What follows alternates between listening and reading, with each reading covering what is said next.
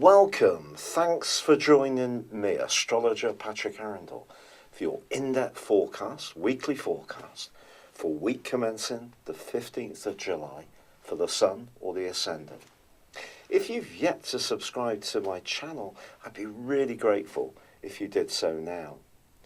This week, put simply, could be one of the most potent and powerful of the whole year. In the first half of the week, we see the Sun in opposition to Pluto. In the second half of the week, it's Venus which is moving into opposition to Pluto. And of course, on Tuesday, we have the partial lunar eclipse in the sign of Capricorn. So that's also in a conjunction with tiny Pluto. Now, overriding this, we also have Mars, the planet of passion, in a right angle with Uranus in the sign of Taurus. So a tremendous amount of activity, and overlaying all of this is the fact that Mercury continues its backward journey and by Friday reverses into the sign of Cancer. So let's go from the very start of this week. The Sun is all about our passion, it's about our drive, it's about our need to express ourselves. In the sign of Cancer, it's asking us to be more mindful of nurturing, of being much more aware of our environment, issues of security, family, and how we interact with other people close to us. Pluto and, of course, the lunar eclipse, however, are in the rather more material sign of Capricorn. This is very much about our role in life, the physical part of security, where we live, and also how we view things like work and status. Now, it's possible that whether a relationship is linked to your personal life, or it's linked to your family, or it's linked to your professional situation, that some kind of challenge can occur this week. The challenge may be entirely internal. It may be something needs to alter, needs to change, and if we resist it, it can cause some problems because Pluto is about change. But equally, someone may be trying to force a change upon us that we don't really want, that we don't feel is fair. For example, it could be an employer who wants to change our terms and conditions in a way which is not very pleasant, and that may be something which naturally we'd want to question, especially if it leads to working less social hours or not earning as much. So someone could try to play a more forceful role this week, and in any kind of relationship there can be the potential to gain or lose, or some kind of readjustment is needed. The readjustment can be entirely inside of ourselves, or it can be in our physical situation that some kind of alteration may be needed. Now, the lunar eclipse is going to provide a backdrop of energy for the last 6 months of this year. And because the solar eclipse of the 2nd of July was very much about nurture, it's how that nurture fits into the more physical parts of our existence. So, for example, if we do want to change where we live, we do want to go for a new job, we want to apply a different set of values, reinforce our boundaries in personal relationships, it's going to create shifts, changes, alterations. And these Teutonic plates, because Pluto is very much about depth, it can be about secrets, it can be about lust, it can be about money. These Teutonic plates are moving in a way which is not necessarily very comfortable. Watch out for someone who doesn't use their power wisely or fairly, but equally be aware of your own tendency to dominate, if you have any. Also in the second half of this week, because Venus is in opposition with Pluto, our desires are going to be ramped up. Now that could be about where we live in this particular axis of energies, Cancer, Capricorn, but it could also be that we meet someone who has a compelling impact on us in a personal or romantic context. It could also have a very strong sexual magnetism.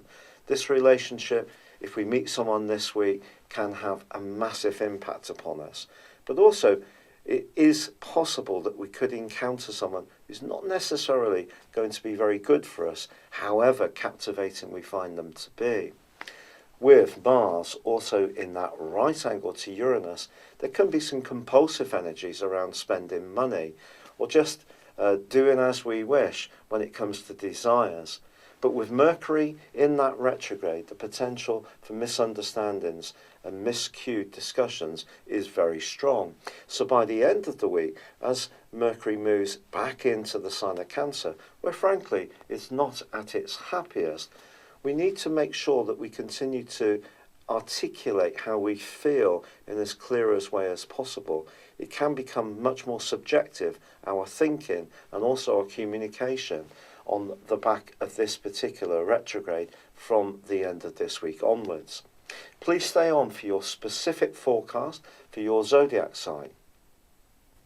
For your specific forecast, Aquarius, the first half of this week sees a continuation of a clash between Mars and Uranus.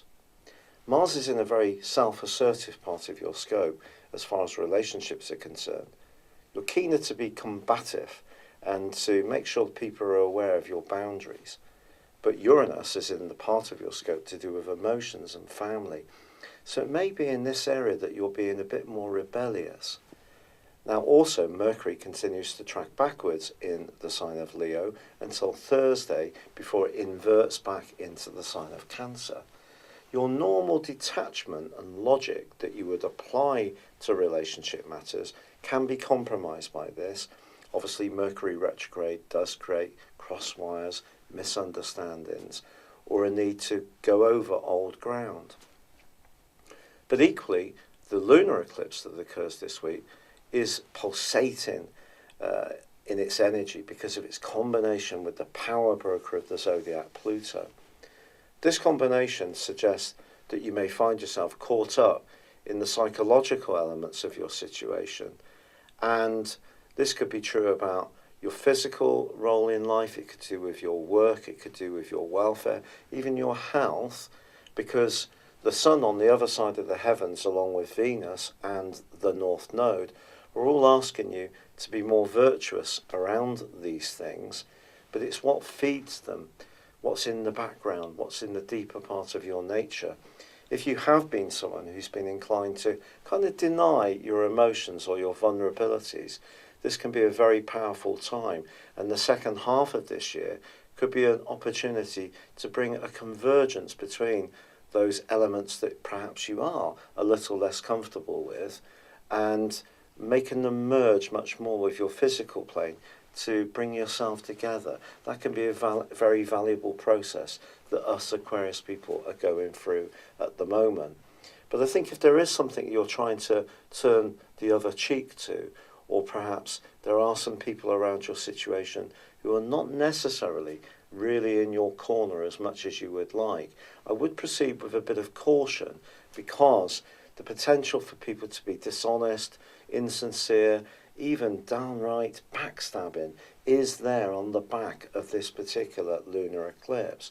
So it's possible this could bring into the open some enmities or some energies or politics that have been bubbling in the background, and because of Mars's clash with Uranus, you may find yourself much more minded to speak out.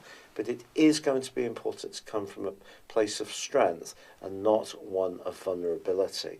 However, I do feel that if you're prepared to further your personal development, to open up more, to enrich yourself, even if that does mean embracing some of your more vulnerable attributes, then that actually can be a very enriching process. As I said before, I'd be delighted for any comments, likes, or a subscription. Or if you would like to check out my personal horoscope store, please see the link beneath this video. But for now, good luck and goodbye.